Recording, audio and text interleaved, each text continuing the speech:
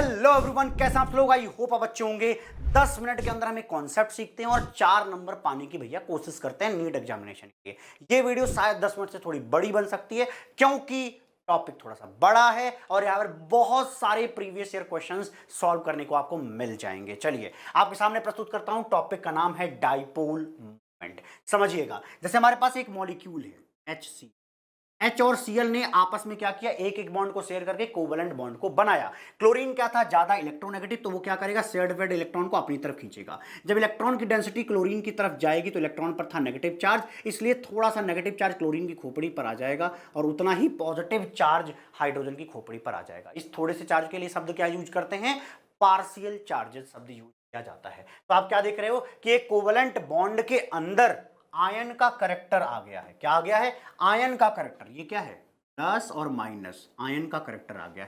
दो poles create हो गए, एक पॉजिटिव एक नेगेटिव पोल, इसलिए यहां पर डाइपोल जैसा शब्द यूज किया जाता है। और यहां पर उसको मतलब लिखते कैसे, ये एक वेक्टर क्वांटिटी है। लिखने का तरीका होता है कि आप ये बताएंगे कि एक लाइन है, इसके बाद इलेक्ट्रॉन कहां जा रहा है, इस तरफ क्लोरीन की तरफ जा रहा है, तो इसका डायरेक्शन कुछ इस तरीके से बनाया जाता है। और मैथमेटिकली लिखने का तरीका क्या है कि dipole movement mu is equal to charge जितना है इन दोनों की खोपड़ी पे और इनके बीच में जितना डिस्टेंस है उसको मल्टीप्लाई कर दिया जाए तो क्या बन जाता है, बोलो भाई, बोलो भैया क्या बन जाता है, डाइपोल मोमेंट बन जाता है। अगर मैं यहाँ पे डायरेक्टली यहाँ के लिए लिखना चाहूँ तो मैं लिख सकता हूँ इज इक्वल टू, ये चार्ज की क्वांटिटी मान लो डेल है और इनके बीच में लेंथ क्या होगी, बॉन्ड लेंथ। इनके बीच की लेंथ क्या होगी, बॉन्ड लेंथ। उनको मल्टीप्लाई कर दोगे तो क्या निकल के आ जाएगा, म्यू आ जाएगा। क्लियर है मामला। अभी तो एक बॉन्ड वाली चीज को पढ़ा है, लेकिन अगर मान लो हमारे पास मॉलिक्यूल है H2। क्या है, H2। ये हमने एक बॉन्ड के अंदर पोलैरिटी पढ़ी है, पोलर होते हुए इसको देखा है ना। पोलैरिटी क्रिएट हो गई ना, पोलैरिटी मतलब दो पोल्स क्रिएट हो रहे हैं। इतनी बात समझ में आ गई, तो बोला जाएगा HCl एक पोलर मॉलिक्यूल है क्योंकि यहाँ पे पॉजिटिव नेगेटिव आ रहा है और वहां पे एक बॉन्ड मौजूद। तो अभी हमने जो बात करी ये बॉन्ड की पोलरिटी थी, है ना। बाय द वे उस मॉलिक्यूल में एक ही बॉन्ड था तो वो मॉलिक्यूल भी हमारा पोलर हो गया। लेकिन यहां पर हमारे पास H2O मान लीजिए है, ठीक है। तो H2O में क्या होगा, ऑक्सीजन ज्यादा इलेक्ट्रोनेगेटिव है तो इलेक्ट्रॉन अपनी तरफ खींचेगा, तो यहाँ पर डेल नेगेटिव आएगा और यहाँ पर हाइड्रोजन के ऊपर डेल पॉजिटिव चार्ज आएगा। तो अगर मैं आपसे ये पूछूं कि यहाँ के बॉन्ड्स क्या पोलर हैं, बॉन्ड्स पोलर हैं कि नहीं, बॉन्ड बॉन्ड के अंदर पोलैरिटी है कि नहीं, तो इसको देखने का तरीका क्या है, इलेक्ट्रोनेगेटिविटी डिफरेंस। अगर इलेक्ट्रोनेगेटिविटी में डिफरेंस है तो इलेक्ट्रॉन निश्चित रूप से मोर इलेक्ट्रोनेगेटिव की तरफ जाएगा, पोलरिटी क्रिएट होगी, तो बॉन्ड तो पोलर होगा। लेकिन पूछा जाए क्या मॉलिक्यूल पोलर है, मॉलिक्यूल पोलर है, तो कहना भैया अभी मैं इतना योग्य नहीं हुआ हूं ये बताने के लिए। इसको बताने के लिए हमें कुछ पढ़ना पड़ेगा तब मैं बता पाऊंगा, वो मैं आपको समझाता हूं, ठीक है। ये बात तो ठीक है, इलेक्ट्रोनेगेटिविटी डिफरेंस से आ जाएगा। अगर मॉलिक्यूल की पोलरिटी चेक करनी है तो आप क्या करोगे, आप चेक करोगे कि यहां आपके मॉलिक्यूल के अंदर कितने पोलर बॉन्ड्स हैं और उन पोलर बॉन्ड्स के अंदर जो डाइपोल मोमेंट क्रिएट हो रहा है उसका वेक्टर सम क्या निकल के आ रहा है। अरे आपने बचपन में एक चीज पढ़ी थी, क्या पढ़ी थी भैया, कुछ इस तरीके का पढ़ा था कि जैसे मान लीजिए एक वेक्टर मान लीजिए P है, एक वेक्टर मान लीजिए Q, ये थीटा एंगल पर है, तो इसका रिजल्टेंट कैसे निकालते थे बताइए। तो यहाँ पर रिजल्टेंट निकालते वक्त क्या लिखते थे, है ना। मान लो कि मैं लिख दूं म्यू आर, म्यू आर क्यों लिख रहा हूं, रिजल्टेंट डाइपोल मोमेंट। ये दो बॉन्ड है, सेंट्रल एटम यहां, साइड एटम यहां, सेंट्रल एटम यहां, साइड एटम यहां, इलेक्ट्रॉन्स ये खींचे जा रहे हैं इस तरीके से। तो यहां वाला बॉन्ड जहां मैंने पी क्यू लिखा है मैं उसको हटा रहा हूं, है ना। बचपन की चीज हटाते हैं, यही डायरेक्ट लगा देते हैं। मान लो एक बॉन्ड था उसके अंदर Q1, यहाँ पे क्या हो जाएगा, म्यू 1 हो जाएगा डाइपोल मोमेंट, दूसरे में हो म्यू 2। तो पूछा जाए रिजल्टेंट डाइपोल मोमेंट कैसे निकालते हो, सर ये तो कुछ रेक्टेंगल का रूल ऐसा कुछ क्या तो पढ़ा था, ऐसा कुछ तो पैरेललोग्राम टाइप का कुछ सुना था मैंने। अच्छा, तो mu R is equal to क्या हो जाएगा, under root of mu 1 square, कैसे लिखते थे, mu 1 square plus mu 2 square plus 2 mu 1 into mu 2, फिर लिखा जाता है कॉस थीटा। क्या लिखा जाता है, कॉस थीटा। ये थीटा क्या है, दोनों के बीच का एंगल। तो दोनों क्या थे, बॉन्ड, तो उनके बीच में एंगल बॉन्ड एंगल, तो ये बॉन्ड एंगल थीटा है। इतनी बात समझ में आ गई है क्या, बोलो भाई, इतनी बात समझ में आ गई। और एक चीज और देखना, यहां से आपको क्या समझ में आ रहा है कि जो रिजल्टेंट डाइपोल मोमेंट है, जो रिजल्टेंट डाइपोल मोमेंट है वो कॉस थीटा के तो प्रोपोर्शनल है। अगर कॉस थीटा की वैल्यू बढ़ेगी तो म्यू आर की भी वैल्यू बढ़ेगी।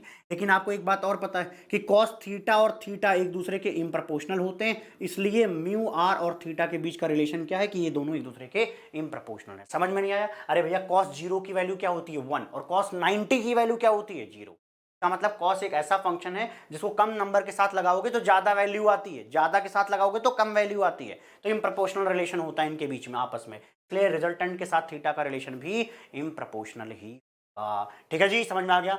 आइए देखते हैं, यहां पर हमने क्या बताया कि चार्ज और लेंथ को आप मल्टीप्लाई करोगे, इसके बाद एक यूनिट आती है जिसको बोलते हैं डिबाई। क्या बोलते हैं? इसके डिबाई यूनिट होती है। और एक बात और समझिए, एक बात और समझिए, एक फैक्ट है यहाँ पे, क्या है वो कि देखो यार, हम यहाँ पे जो Q है, ये जो Q है ना, उसके लिए क्या लिखते हैं? Mu is equal to Q के लिए अक्सर हम ESU लिखेंगे। ESU क्या होता है? Electrostatic unit of charge. जैसे चार्ज को कूलम में लिखते थे, उसी तरीके से एक नई यूनिट है इलेक्ट्रोस्टैटिक यूनिट ऑफ चार्ज। और लेंथ को अक्सर हम सेंटीमीटर में लिखते हैं, अक्सर हम किस में लिखते हैं? सेंटीमीटर में लिखते हैं। तो इस तरीके से आपके डाइपोल मोमेंट का जो यूनिट है वो ESU डॉट सेंटीमीटर बनेगा, और जिससे आप डिवाई बनाते हो। अब सुनना, एक डिवाई इज इक्वल टू कितना होता है? 1 डिवाई इज इक्वल टू 10 की पावर -18 ESU सेंटीमीटर। ये आगे कभी काम में आ सकता है न्यूमेरिकल प्रॉब्लम को सॉल्व करते वक्त। ठीक है, ओके। अब एक चीज और समझिए, मैं आपको एक चीज समझाना चाह रहा हूं, यहीं से मैं याद कराना चाह रहा हूं कूलम का और ESU का रिलेशन क्या होगा। ठीक है, एक इलेक्ट्रॉन पर कितना चार्ज है? QE का मतलब एक इलेक्ट्रॉन पे चार्ज 1.6 इंटू 10 की पावर -19 कूलम। और यहीं पे याद रखें, अगर ESU में आपको याद करना हो कि एक इलेक्ट्रॉन पर कितना चार्ज होता है तो वो होता है 4.8 इंटू 10 की पावर -10 ESU। अगर आप यहाँ से रिलेशन निकालना चाहें तो आप निकाल लीजिए, यहाँ से आप रिलेशन निकालना चाहें तो आप निकाल लीजिए। मैंने आपको ये याद कराने की कोशिश करी कि एक इलेक्ट्रॉन पर कितना चार्ज होता है। ठीक है, वो होता है 4.8 इंटू 10 की पावर -10 ESU। क्लियर है? ओके, आगे बढ़ जाते हैं। Polar molecule and non polar molecule, ऐसे सवाल पूछे जाते हैं। ठीक है, पोलर मॉलिक्यूल का एक एग्जांपल मैंने HCl के तौर पे दे दिया है, इलेक्ट्रोनेगेटिविटी जहां पे डिफरेंस होगा। इतनी बात ठीक है। अब मैं आपसे पूछूं कि क्या वाटर जो है, वाटर मॉलिक्यूल पोलर है, तो आप शायद जवाब हाँ में दे सकते हैं, यस सर है। क्यों? क्योंकि यहां पे OH के बीच में मान लीजिए μ1 डाइपोल मोमेंट आया, यहां पे भी μ1 आया। ठीक है, दोनों क्यों बताया मैंने सेम होंगे? अरे यार, दोनों सेम एटम है तो सेम ही आएंगे ना जी। तो यहाँ पे डाइपोल मोमेंट्स है, दोनों डाइपोल मोमेंट्स एक किसी थीटा एंगल पर है, किसी थीटा एंगल पर है, तो उसका रिजल्टेंट भी आएगा। इसका मतलब किसी मॉलिक्यूल के लिए रिजल्टेंट डाइपोल मोमेंट की वैल्यू कुछ आएगी। अगर कुछ आएगी तो बोला जाएगा मॉलिक्यूल पोलर है।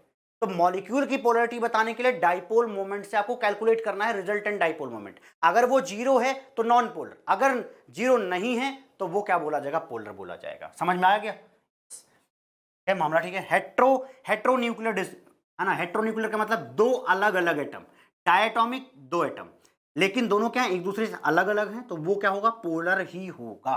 क्लियर? नॉन पोलर की कंडीशन में क्या है? होमोन्यूक्लियर, जैसे मान लो H और H2 मॉलिक्यूल में दोनों ही सेम लोग हैं, तो इलेक्ट्रोनेगेटिविटी का डिफरेंस नहीं है, तो इस बॉन्ड में कोई पोलरिटी नहीं है। तो बॉन्ड भी पोलर नहीं है और हमारे मॉलिक्यूल में एक ही बॉन्ड है, इसका मतलब हमारा मॉलिक्यूल भी नॉन पोलर मॉलिक्यूल है।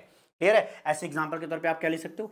Cl2, O2, ऐसी कोई भी डायटोमिक्स आप ले सकते हो। ठीक, ओके। क्या यहाँ पे कोई भी, हाँ बताइए, कोई आयनिक करेक्टर होगा? अरे 0% आयनिक करेक्टर है। अरे इनके अंदर तो आयन का करेक्टर आएगा पोलर मॉलिक्यूल के अंदर, लेकिन नॉन पोलर के अंदर कोई भी आयन का करेक्टर नहीं डेवलप होगा, क्योंकि वहां पोलरिटी ही नहीं है।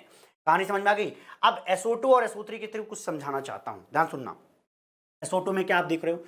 SO2 में डबल बॉन्ड O और यहां पर है एक लोन पेयर। SO3 में क्या बोलोगे? सारे बॉन्ड्स एक दूसरे से थीटा इज इक्वल टू 120। बोलो 120 पे होंगे कि नहीं होंगे? Yes sir. अब ध्यान सुनना, इस कंडीशन को मैं पहले पढ़ा देता हूं। यहां पे सल्फर ऑक्सीजन का बॉन्ड है, अगर यहां पे मैं कहूं कि म्यू क्रिएट हो रहा है, डाइपोल मोमेंट म्यू क्रिएट हो रहा है, क्योंकि यहां पर देखो भैया चार्जेस का डिफरेंस आएगा।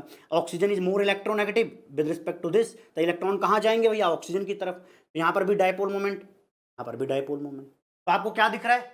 तीनों में डाइपोल मोमेंट दिख रहा है, और तीनों के क्वांटिटी को आप क्या बोलोगे? म्यू बोलोगे। बोलोगे कि नहीं बोलोगे? Yes sir. अब होगा क्या? ये जो दो डाइपोल मोमेंट्स हैं, कौन से? ये वाला और ये वाला, ठीक है, उन दोनों से एक रिजल्टेंट निकलेगा। जो रिजल्टेंट निकलेगा उसकी भी वैल्यू म्यू ही आएगी। निकाल के चेक कर लेना।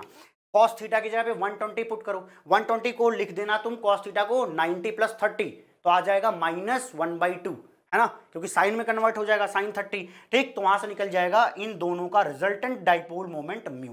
तो ये वाला जो दोनों बॉन्ड है उससे मिला एक रिजल्टेंट म्यू, जो कि पहले वाले के साथ क्या हो गया 180 डिग्री पर, तो ये कैंसल आउट कर जाएंगे। तो इस तरीके से वेक्टर क्या हो जाएगा, कैंसल आउट कर जाएगा। तो इसका मतलब क्या हुआ, बोलो इसका मतलब क्या हुआ, इस मॉलिक्यूल के अंदर पोलैरिटी नहीं है। ये मॉलिक्यूल एक नॉन पोलर मॉलिक्यूल है, जबकि इस मॉलिक्यूल के अंदर पोलर बॉन्ड है। पोलर बॉन्ड तो है, लेकिन उनके डाइपोल मोमेंट्स एक दूसरे से कैंसल आउट होने की वजह से ये मॉलिक्यूल ओवरऑल एक नॉन पोलर मॉलिक्यूल है। इतनी बात समझ में आ गई। यहां पे देखिए, यहां पे आप कहेंगे कि देखो यहां पे मान लिया कि म्यू है और यहां पे मान लिया म्यू है, क्लियर है मामला। लेकिन ये किसी थीटा पर है, अगर किसी थीटा पर है तो जीरो आने का तो कोई चांस ही नहीं। दो ही लोग हैं, किसी थीटा पर हैं, तो यहां पर जीरो नहीं आएगा। तो इस केस में आप क्या बोलोगे, resultant dipole moment is not equal to zero. इस वजह से ये क्या होंगे, गारंटी है ये पोलर होंगे, गारंटी है पोलर होंगे। जबकि यहां के केस में जो रिजल्टेंट आएगा वो जीरो आएगा, इसलिए ये नॉन पोलर मॉलिक्यूल। समझ में आ गया क्या, आगे बढ़ जाते हैं, ये आप पढ़ लीजिएगा जस्ट, ठीक है। अब एक चीज बोली जाती है सिमेट्री एंड नॉन सिमेट्री। बोला जाता है कि जहां पे मॉलिक्यूल सिमेट्रिकल होता है वहां पे डाइपोल मोमेंट के जीरो आने का चांस रहता है मेरे भाई, बल्कि कहूं कि जीरो आता है तो ज्यादा सही शब्द होगा, है ना। ये मैं समझा चुका हूं तो इसको मैं हटा रहा हूं। अब पहचानने का तरीका क्या है कि ये सिमेट्रिकल है कि ये सिमेट्रिकल नहीं है, कैसे पहचानेंगे देखना। अब किसी बॉन्ड को पकड़ना, उस बॉन्ड से सेम एंगल चलना है। मान लो ये बॉन्ड है, वहां से हम 120 चलेंगे तो वही वाला बॉन्ड मिलेगा, उससे हम 120 चलेंगे तो फिर वही वाला बॉन्ड मिलेगा, वहां से फिर 120 चलेंगे तो फिर वही वाला बॉन्ड मिलेगा। मतलब किसी एक बॉन्ड से अगले बॉन्ड तक जाने में अगर सेम थीटा चला जा रहा है तो उसको बोलते हैं कि सिमेट्रिकल मॉलिक्यूल है। ये मॉलिक्यूल कैसा है, ये मॉलिक्यूल सिमेट्रिकल है।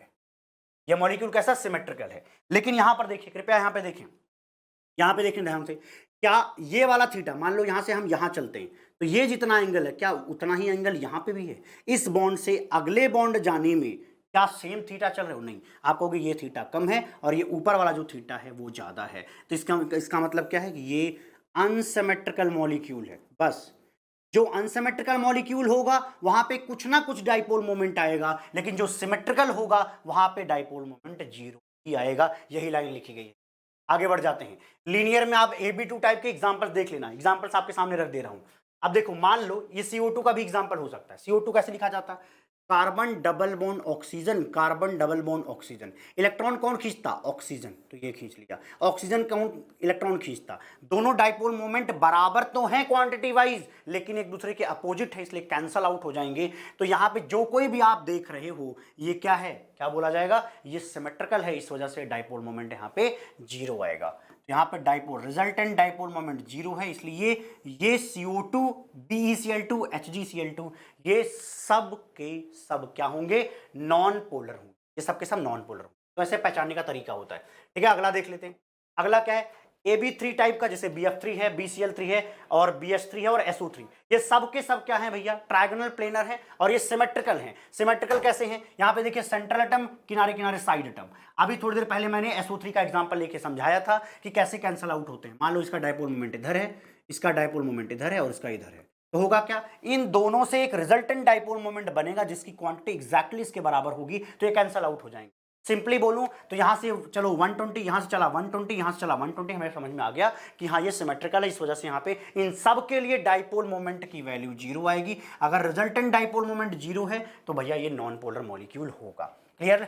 ऐसे आप यहां पे भी देख सकते हैं, CH4 के केस में भी, NH4 पॉजिटिव के केस में भी। यहां पे क्या बोलोगे, मान लो इन दोनों से जो रिजल्टेंट आएगा, कौन से इन दोनों में, देखो भाई ये बॉन्ड भी पोलर है और ये भी पोलर है, तो यहां इन दोनों से जो रिजल्टेंट डाइपोल मोमेंट आएगा वो इन दोनों से निकले हुए रिजल्टेंट डाइपोल मोमेंट से कैंसल आउट हो जाएगा। तो ओवरऑल मॉलिक्यूल क्या होगा, नॉन पोलर मॉलिक्यूल। क्या बोला जाएगा कि ये मॉलिक्यूल नॉन पोलर मॉलिक्यूल है, क्योंकि ओवरऑल रिजल्टेंट जीरो आ रहा है।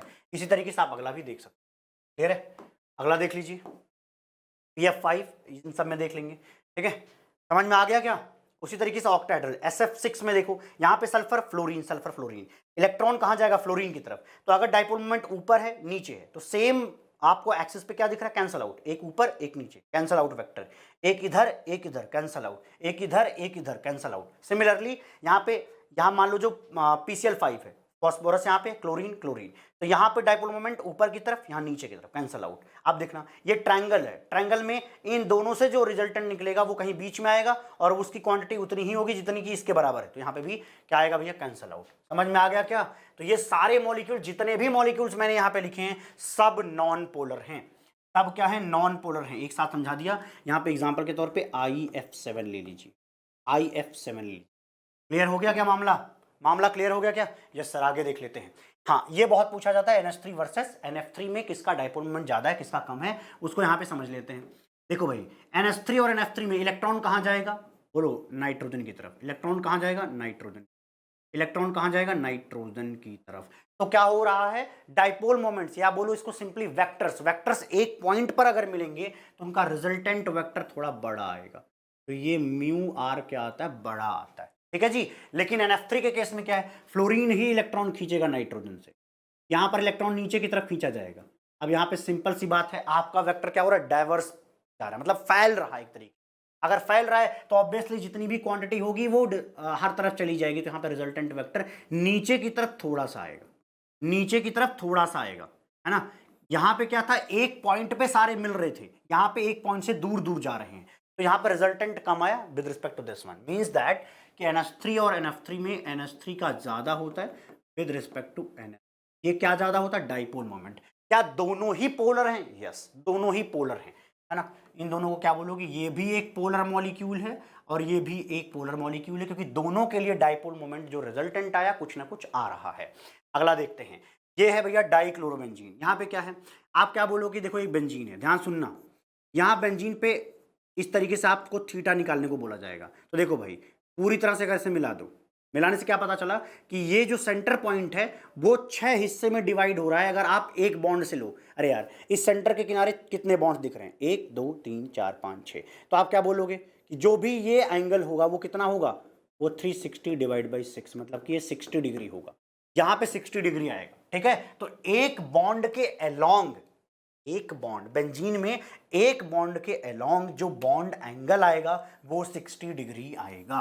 क्लियर है, क्लियर है मामला भाई? यस। तो यहाँ पे क्या बोलोगे, थीटा इज इक्वल टू कितना है भाई, देखो यहाँ पे क्या, क्लोरीन इलेक्ट्रॉन खींच रहा है, क्लोरीन इलेक्ट्रॉन खींच रहा है, और यहाँ पे कितना आ जाएगा, theta is equal to 60 degree. ठीक है, थीटा इज इक्वल टू क्या आ जाएगा, 60 डिग्री। ठीक, अगले में देख लीजिए, अगला क्या हो जाएगा, यहाँ पे थीटा इज इक्वल टू कितना हो जाएगा, आप देखेंगे 120 degree, theta is equal to 120 degree. अगला कितना है, theta is equal to 180 degree, निकाल तो ले ही जाएंगे अब, है ना। एक बॉन्ड पे कितना था, 60, तो दो बॉन्ड पे 120, तीन बॉन्ड 1 2 3, तो थीटा 120। हमने क्या पढ़ा था कि थीटा जितना ज्यादा होगा, थीटा जितना ज्यादा होगा, कॉस थीटा की वैल्यू उतनी कम होगी, और कॉस थीटा जितना कम होगा, रिजल्टेंट आप बोलेंगे डाइपोल मोमेंट की वैल्यू भी उतनी कम होगी। तो कहाँ पे थीटा ज्यादा, यहाँ पे, इसका मतलब ये आएगा, ये साइन बन रहा होगा इनके। वैसे आपसे एक सवाल है, सवाल ये है कि बताओ इसका डाइपोल मोमेंट 0 आएगा या नहीं आएगा, बस इतना बताना है।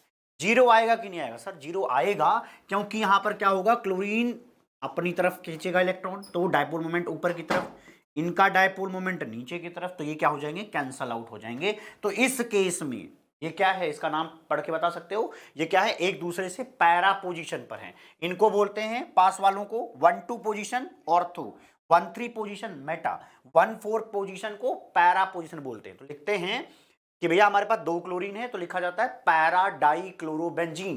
पैरा डाइक्लोरोबेंजीन का डाइपोल मोमेंट कितना आता है, 0 आता है। ठीक है जी, तो resultant dipole moment in this case is 0। Reason समझ में आ गया होगा, कैंसल आउट होना।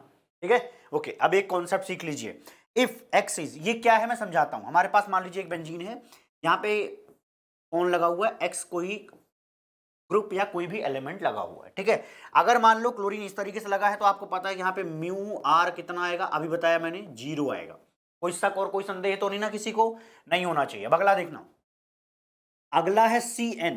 अब वैसे CN ऐसे भी लिख सकते हैं अपन, लेकिन अब उनके रियल स्ट्रक्चर्स बनाते हैं। कार्बन बताइए यहाँ पे कौन सा हाइब्रिडाइजेशन रखेगा भैया, कार्बन कौन सा हाइब्रिडाइजेशन रखेगा, आप कहोगे C≡N, क्या C≡N। ठीक है जी, C≡N ऐसे होगा ना। कार्बन क्या होगा, sp हाइब्रिडाइज्ड होगा, अगर sp हाइब्रिडाइज्ड तो लीनियर होगा ऊपर की तरफ। अब बताइए इलेक्ट्रॉन कहां जाएगा, आप कहोगे कि इलेक्ट्रॉन यहां बेंजीन से बाहर की तरफ जाएगा, है ना, क्योंकि कार्बन नाइट्रोजन में नाइट्रोजन इज मोर इलेक्ट्रोनेगेटिव, तो इलेक्ट्रॉन का फ्लो ऊपर की तरफ है। अगर यहां पे भी है तो यहां से भी होगा, क्यों? क्योंकि ये कार्बन sp2 हाइब्रिडाइज है और ये कार्बन sp हाइब्रिडाइज है, और जो sp हाइब्रिडाइज कार्बन होता है वो मोर इलेक्ट्रोनेगेटिव होता है विद रिस्पेक्ट टू sp2, इसलिए यहां पे इलेक्ट्रॉन ऊपर की तरफ और यहां पर भी नीचे की तरफ होगा। तो ये भी क्या हो जाएंगे, एक दूसरे से कैंसिल आउट, तो mu R is equal to 0 आएगा। और जैसे ही आपको अभी मैंने आदत दिलवाई है, इसको देख के आपको ये लगेगा कि हर जगह क्या आएगा, 0 ही आएगा। आप यहां पे भी 0 सोचेंगे, लेकिन भैया वो गलत हो जाएगा, ध्यान दीजिएगा, है ना। आप सोचेंगे भैया यहां पे 2 एटम था, लेकिन यहां पे 2 लीनियर थे, कार्बन और नाइट्रोजन लीनियरली लगे हुए थे, यहां देखो किसी एंगल पर लगे हुए हैं।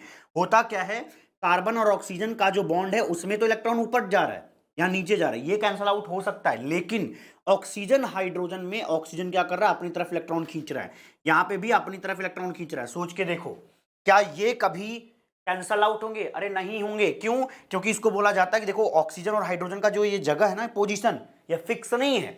ये हाइड्रोजन यहां भी हो सकता है, यहां भी हो सकता है, इसके पीछे भी हो सकता है, क्योंकि यहां पर जो ऑक्सीजन है वहां का जो इलेक्ट्रॉन है, आप कह सकते हो वहां पे हाइड्रोजन क्या कराएगा, मूव कराएगा हाइब्रिडाइजेशन की वजह से। वो कोई प्लेन में तो नहीं है भाई, ये प्लेनर थोड़ी ना है ये वाला ऑक्सीजन, क्योंकि इस पर 2 लोन पेयर रहता है, ये वाला भी प्लेनर नहीं है। तो ये क्या होता है, ये वाला बॉन्ड घूमता रहता है भाई, तो इसको बोलते हैं रोटामर्स।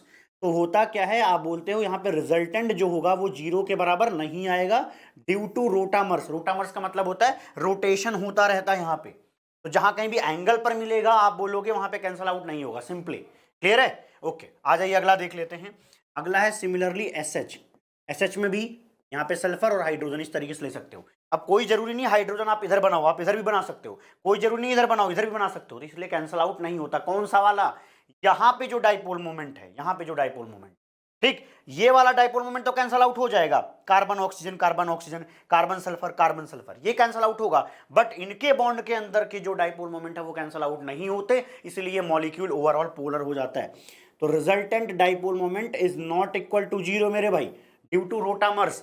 अगली चीज देखिएगा, C double bond O O H. अक्सर हम गलतियां कर बैठते हैं, है ना, ऐसी चीजों में हम गलतियां कर बैठते हैं, ध्यान रखिएगा। जब सी डबल ओ एच आएगा तो वहां पर भी ओ एच, ओ और एच का बॉन्ड आ जाएगा, इसका मतलब यहां पे भी रोटामर्स पॉसिबल है। तो कुल मिला के कहानी क्या बतानी है, इन तीनों कंडीशंस में जो रिजल्टेंट डाइपोल मोमेंट है वो 0 के बराबर नहीं होगा। यहां पे क्यों हो रहा है, रीजन समझ में आ गया होगा, क्योंकि इलेक्ट्रॉन का फ्लो ऊपर और नीचे है, किसी एंगल पे नहीं हो रहा है, ठीक है, तो इसलिए कैंसल आउट हो रहा है मामला, ठीक है। आइए अब क्वेश्चन कर लेते हैं। क्वेश्चन क्या भैया? अच्छा, क्वेश्चन नहीं है, वो जो पुरानी कहानी पढ़ाई है उसी को एक बार देख लीजिए। If molecule have 0 dipole moment, अगर 0 डाइपोल मोमेंट है किसी मॉलिक्यूल में, तो वो मॉलिक्यूल या तो लीनियर होगा या तो सिमेट्रिकल ज्योमेट्री रखेगा, तभी तो कैंसल आउट होंगे उनके रिजल्टेंट के लिए, ठीक है, तभी तो उनके डाइपोल मोमेंट्स आपस में कैंसल आउट होकर रिजल्टेंट 0 दे रहे होंगे। तो लीनियर की एग्जांपल आप ये देख लीजिए, जहां पे आपको 0 मिलेगा, सिमेट्रिकल के अंदर आप इन लोगों को देख सकते हैं, ठीक है, जहां पे क्या मिलेगा, डाइपोल मोमेंट 0 मिलेगा। अब जैसे एक एग्जांपल के तौर पे XiF4 बता देता हूं मैं, XiF4 बता देता हूं, देख लो ये क्या रहता है भैया, आपको पता है, स्क्वायर प्लेनर। स्क्वायर प्लेनर है तो इलेक्ट्रॉन ये अपनी तरफ खींचेगा, ये अपनी तरफ, कैंसल आउट, ये इधर खींचेगा, ये इधर खींचेगा, कैंसल आउट। तो यहां पे भी आप क्या बताओगे, ये सिमेट्रिकल था, इसी वजह से यहां पे डाइपोल मोमेंट की वैल्यू 0 आई। अगली कहानी, ऐसे मॉलिक्यूल जहां पर 0 नहीं है तो वो क्या क्या पॉसिबिलिटी हो सकती है, या तो किसी एंगल पर होगा, वो एंगुलर होगा, या तो वो अनसिमेट्रिकल होगा, सिमेट्री नहीं होगी, 2 ही चांस हो सकते हैं। तो पहले देख लीजिए एंगुलर में, जैसे SO2 का एग्जांपल लेके हमने समझाया था, बाकी भी लिख दिया मैंने। अनसिमेट्रिकल ज्योमेट्री इनमें, ठीक है, इनमें क्या होगा, हमेशा डाइपोल मोमेंट की कुछ ना कुछ वैल्यू आएगी। बहुत जरूरी था, इसलिए इसको इस तरीके से पढ़ाया गया है ना। कुछ लोग होंगे भैया 10 मिनट बोला था आपने, आप तो 20 मिनट ले जा रहे हो। मेरे भाई कॉन्सेप्ट सीखना बहुत जरूरी है, बीच में छोड़ देता तो मजा नहीं आता आपको, ठीक है। सारे क्वेश्चन अटेम्प्ट करने हैं तो यही एक तरीका है। पढ़िए, लिखा है which of the following molecules has the maximum dipole moment. Maximum dipole moment, यहां पे देखो CO2 में क्या होगा, resultant dipole moment is equal to 0, है ना, लीनियर है ये देखो कार्बन के किनारे चारों लोग सेम लगे हुए हैं, तो सिमेट्रिकल होने की वजह से जो रिजल्टेंट आएगा वो 0 आएगा। NF3 और NH3 यहां पे दोनों में कुछ ना कुछ वैल्यू आएगी, दोनों ही नॉन जीरो हैं, दोनों ही क्या है, नॉन जीरो, मतलब mu R is not equal to 0। लेकिन सवाल ये है कि किसका ज्यादा होता है, तो हमने पढ़ा है NH3 का ज्यादा होता है, तो सबसे ज्यादा वाला ही पूछा हुआ था, ठीक है। अगला सवाल आपके सामने है कि विच of the following is a polar molecule. Polar molecule का मतलब क्या है भैया बताओ, क्या ये पोलर है? ये पोलर है? नहीं भैया ये नहीं है। PF3 पोलर है? नहीं है। सिलिकॉन के किनारे 4 फ्लोरीन लग सकते हैं, कोई भी यहाँ पे लोन पेयर मौजूद नहीं है, तो इसका मतलब ये भी सिमेट्रिकल है। तो ये तीनों सिमेट्रिकल थे, ये वाले भाई साहब सिमेट्रिकल नहीं है, क्योंकि जब आप SF4 बनाओगे तो एक पे क्या आ जाता है, लोन पेयर आ जाता है।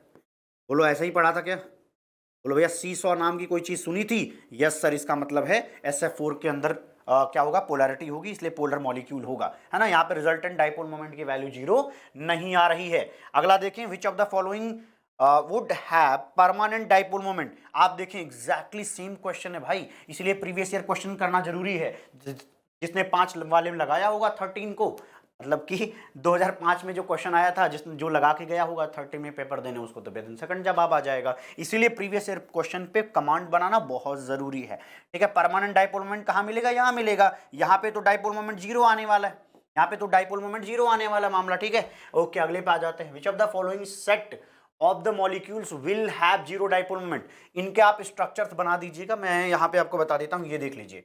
Carbon trifluoride, sorry boron trifluoride मतलब BF3, बोरॉन ट्राइफ्लोराइड मतलब BF3। इसके बाद लिखा beryllium difluoride, beryllium difluoride BeF2। ठीक है, फिर कार्बन डाइऑक्साइड CO2, यहां सब में आपको 0 ही नजर आएगा। 1,4 ये डाई था, DI, di chlorobenzene. 1,4 di chlorobenzene का मतलब वही पैरा वाला जो अभी थोड़ी देर पहले आपको पढ़ाया गया है। ठीक है, एक क्लोरीन यहाँ है, एक क्लोरीन यहाँ है, तो ये 4 मॉलिक्यूल क्या है, चारों में 0 डाइपोल मोमेंट है। ठीक है, मिलते हैं आपको अगली वीडियो में, तब तक के लिए खुश रहिए, प्रसन्न रहिए और इस सीरीज को फॉलो करते जाइए। आपका इनऑर्गेनिक केमिस्ट्री बहुत स्ट्रांग होगा, आप देखेंगे कि आपके पेपर में यहां से क्वेश्चंस आते हुए दिखेंगे।